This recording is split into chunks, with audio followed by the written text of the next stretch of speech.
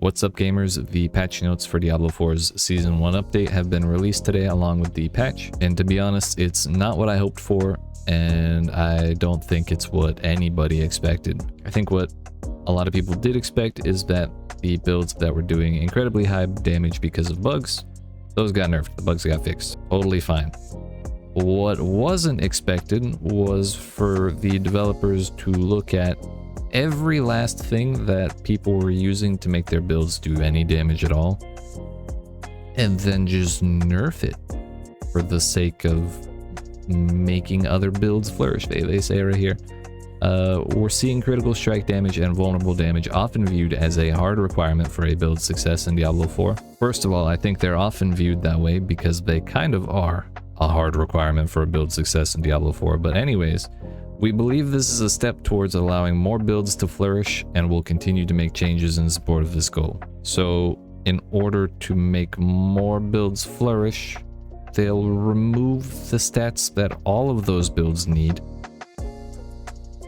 to flourish. All across the board, modifiers to critical strike damage have been reduced by 17%. That goes for flat out critical strike damage, that goes for lightning critical damage with bone earth imbued in werewolf skills. It even goes for the implicit modifier on swords, which got hit for 50% of its value. Vulnerable damage modifiers got cut by 40%. The implicit on crossbows got cut by 65%. And on top of that, all of the modifiers to cooldown reduction got cut by at least 30%, with the cooldown reduction from offhands cut by 35. All of this because people saw those stats as desirable and necessary for their builds to work. Now, right after this, the developers did put a pretty lengthy list of modifiers on gear that have been buffed, but they're all like the generic ones that have never had that much effect on our builds to begin with. How effective are these really gonna be in making a build work? Because on top of that, we actually need to be doing way more damage than we did before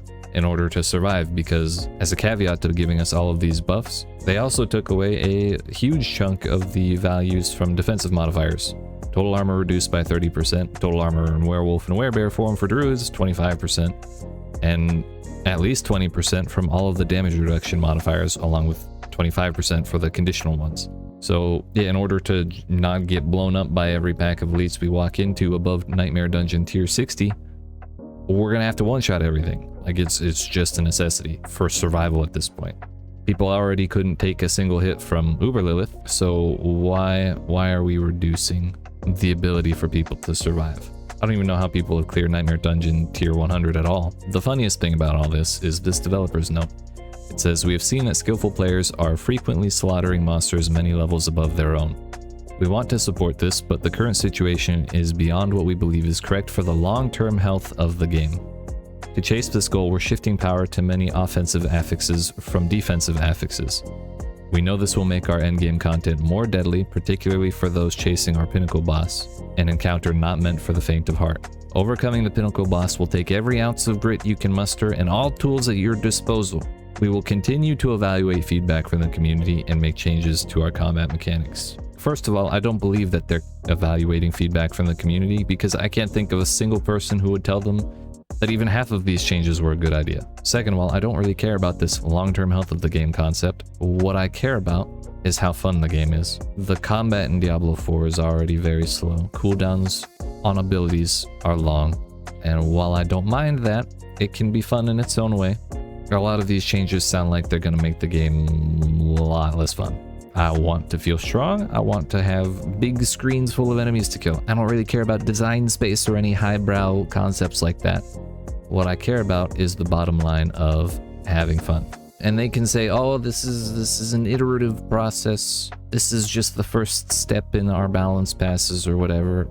But you know, I've heard those things before, and it kind of never has ever really felt like it ever comes around to that. And especially in Diablo 4's case, I don't really have much hope for that, because the one patch that they tried to sell as a buff patch, I think we got like 1% damage to all of the basic skills, and then I think there were still a couple more nerfs rolled up in that patch. And every other patch since release has had pretty significant nerfs in it.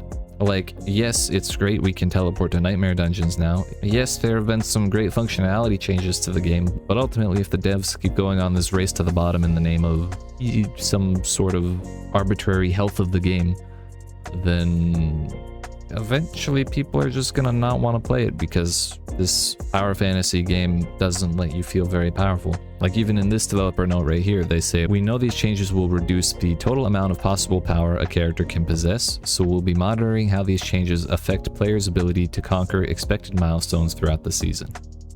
My question is, how many people did they expect to kill Uber Lilith or reach Nightmare Dungeon tier 100 in the preseason? And second of all, how many people do they expect to reach those milestones with these changes? I don't know about y'all, but I played a fair amount. I got a character to level 100. I had a build that felt reasonably strong, going up to Nightmare Dungeon tier 55, maybe 60. But anytime I stepped into like 68 or 69, I kind of just got bodied immediately. Like the difficulty spike beyond that point was kind of crazy. And the same thing goes for Uber Lilith. I can't think of hardly a single person who's survived even a single hit from one of her wave attacks. So if there are double-digit amounts of players in the game who've been able to clear the hardest things in the game, how in the hell is anybody going to reach those milestones in the season? I just don't know. That's not even all of the nerfs in this patch. Aspect of Disobedience got its stacks reduced from 100 to 60, which is a reduction from 50% increased armor to 30% at the top roll. There's nerfs to XP gain, there's nerfs to power leveling, there's nerfs to Hell Tides, there's nerfs to specific classes that aren't just the modifiers. Like, it's honestly crazy. Let me know your thoughts in the comments. What are you gonna start in season 1 with this mess? Are you gonna play in season 1 at all? But yeah, that's it for this video. Good luck out there with whatever you're doing, and I'll see you in another one.